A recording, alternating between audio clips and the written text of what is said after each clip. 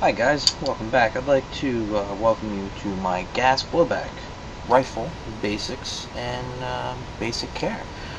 Before you, what we're going to use today for our demonstration purposes is the KWA lm4. This is obviously, as you can tell, this is not the stock configuration externally, but we're not worrying about the externals today. We are concerned about our insides.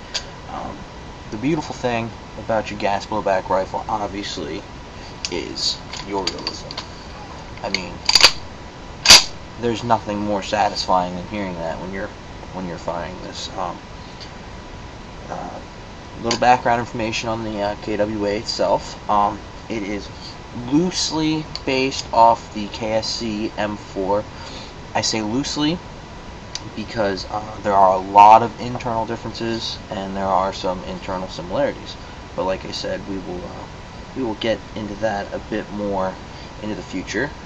For anybody who is curious, this is not compatible with WA systems like the Noxu, your Primes, your GMPs. This is a completely different system. Okay, now, the basic care you want to worry about with these is in your lower receiver, your buffer tube, and your bolt carrier. Your upper, other than your bolt carrier being in it, is not really anything to truly worry about, because hop-up maintenance really isn't maintenance. If it breaks, you fix it. There's no lube required, there's nothing, especially with the stock KWA buckings that are terrible, but like I said, we will get into that more. Okay, so we're going to start about basic removal of your items. You pop your first body pin out there. It'll just come right out the back here. Tilt it right up.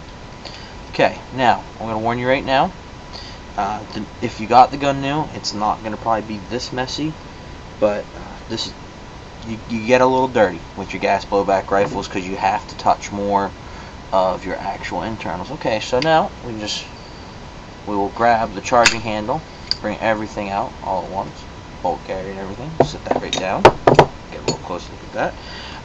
And now, what also I'm going to do, just for video's sake, is I'm going to remove the upper receiver, pretty much just get it out of my way.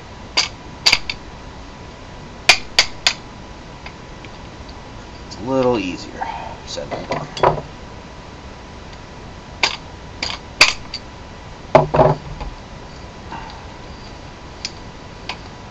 Okay, so we're just going to sit this off to the side. So now we got our key parts here. We've got our lower receiver, and we've got our bolt.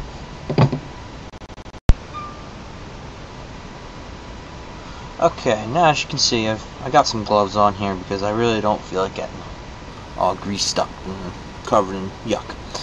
Alright, now the one thing I said earlier about the internals not being compatible with the Western Arms systems, the GMP, you know, all those, and the WE. I mean, they're different systems, but the basics of actually how they function internally and the looks are actually pretty much all the same.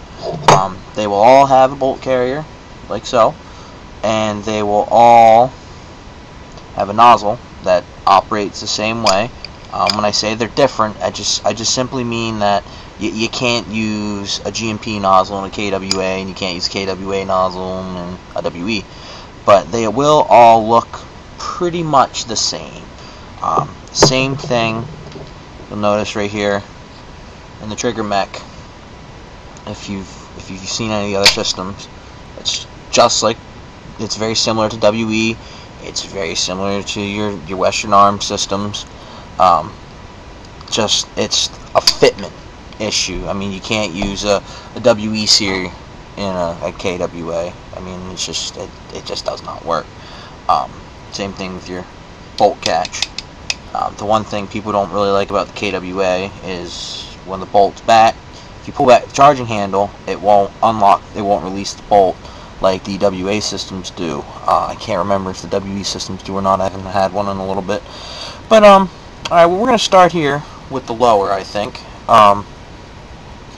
pretty much the big things here is you don't need too much excess lubricant in your trigger and hammer mech here, because honestly, if you go full auto all the time, you're just wasting ammo and you're wasting gas. Realism. That's why we're here with gas blowback, is realism. Nobody in their right mind that is a trained personnel or anything is going to just continuously mag dump their weapon. So pretty much all you're looking for is just to make sure it isn't dry. Like mine right now. I haven't used this gun in a little bit. She's a little dry. So literally all I will do, got my rem oil here, as you can tell, rem oil. The only thing I will do is I will just give it a simple, that's it. And you know, that might even be a little excessive. A little front spray, there we go. And that's that. You'll get a little drip through obviously on your trigger, but the nice thing is, like I said in one of my previous video, the rem oil actually will kind of dry, and it leaves like a little slight Teflon coating, and it's great stuff. I mean, you can't beat it. Okay, and that's really all you need to do with your sear and everything like that. I mean, they're like real guns. They will wear. Everything in here is pretty much a wear part. The beautiful thing is typically KWA is really good about having parts available. The other beautiful thing is our great friends over in Taiwan, RA Tech, have really gotten on the ball with getting upgrades for this particular gun, and RA Tech also makes a lot of upgrades for your WA compatible guns and your WE compatible guns. We will get into that a little bit more. I've actually got some RA Tech goodies coming in for this and another gun of mine, which I'll be doing some videos on installing that. Okay, next thing we're going to go over here is our buffer. Right here, my buffer lock is located. I'm just going to push that down and whoop, hopefully not do what I just did and shoot your buffer across your laptop. Remove the buffer spring. Now you want to kind of make sure that your buffer spring it's a little damp, because I mean, this makes contact and it's moving inside your buffer tube. You keep this lubricated, tends to move a little nicer, a little less noisier. I plan on making some kind of noise reduction in the future for the buffer springs, seeing if we coat it in maybe like a fabric of some kind, we'll get rid of that rattle. But like I said, for the future. Alright, now while you're going through and doing your lubrication, you really want to check your buffer for wear. You know, I haven't really got any pancaking on here yet. It's not that old. This is a plastic buffer. Typically King Arms will come with a plastic buffer. KWAs, KSCs, they all come with plastic buffers. The GMP that I own came with a metal buffer, and I'm pretty sure the WE416 I had also came with a metal buffer. To each his own. The nice thing is about these, you're not going to blow apart your buffer lock, which is nice. But you want to make sure this is moist, and you'll see right here on my hands, I'm already getting a little dirty, but this isn't that bad. I've worked on other guns, and my hands have been black just opening it up. But pretty much, you just want to make sure. The big thing is this is a good area where you can check for your grime. See, I'm getting grime right there on my finger. That's just from the end of this. This right here is the contact point for your bolt. Mates up right there. So there's going to be some buildup there. I tend to keep my guns a bit cleaner, so that's all the buildup we have in this whole gun pretty much is right in there. It's a beautiful thing. Put it all back together, just pop your buffer right in there. Stick it right in the tube, and the buffer lock will catch. Okay, and that's really all you got to worry about with your lower. With your nozzle and your bolt, I'm going to tell you, this is just basic. You're going to want to check right here for wear. This is where your hammer or your trigger comes across. You can see right here. There's a little shine there, not too much. I've probably run, I'd say, 2,000 rounds through this since I've owned it, and that's pretty minimal. Let's see if we can get that a little closer. Yeah, that's just a little bit of paint coming off there. I mean, it's just a little bit of the slightest wear. The same thing, you want to check your nozzle tip here. So yeah, it's the slightest bit of wear there. Nothing too bad. You want to check around your mating piece here. You want to make sure you don't have any chips or any evidence of broken BBs. That is not good at all. You do not want to get a broken BB stuck in there, because if this gets stuck open and it goes to close, you're buying a new nozzle. I'm not going to take this out right now, but the one thing you just want to check, see that? Nice free motion. That's what you're looking for. And if you're getting a little sticky, like it will from the factory, they're not very lubricated, just pull it out. You see the O-ring? Push it back in till you can't see the O-ring. Put your finger right there and just spray your lubricant just around here. You let it go and pretty much just work it out. Pull it out, work it out, work it out. That's all you want to do. You don't want to use too much. Again, like the pistols, less is more. You do it until it's free. See that? That is an excellent return motion. That's what we're looking for here. Another thing you want to check is just make sure your forward assist ribs here are still in good shape.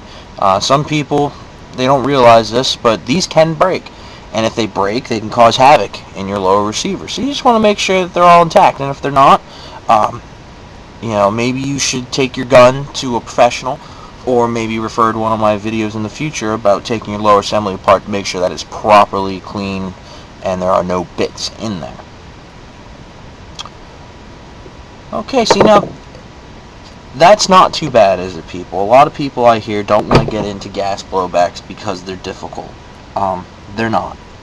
It's just, as long as you're willing to do this on a more regular basis. An AEG, obviously, you don't have to worry about it as much. If it breaks, you fix it. With a gas gun, it's like real steel.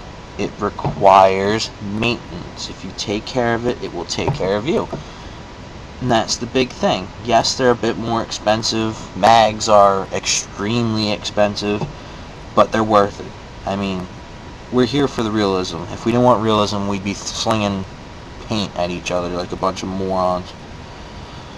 So this pretty much concludes the disassembly, basic checking over here of a gas blowback rifle. And like I've said, this is repeatable for, be it the KWA, GMP, Anoxu, Prime, Western Arms, WE. I mean, they all pretty much function the same. It's just the items that do the functioning are different. Okay, we're gonna do quick reassembly here, which is the other beautiful thing about these. They are extremely easy to reassemble. Okay, reach right here. Meet our upper and our lower. Just push your pin right in there. See, we are attached.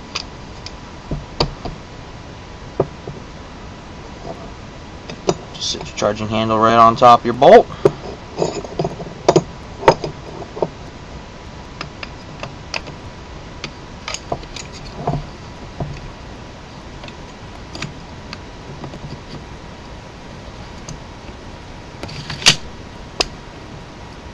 Rest that right in there.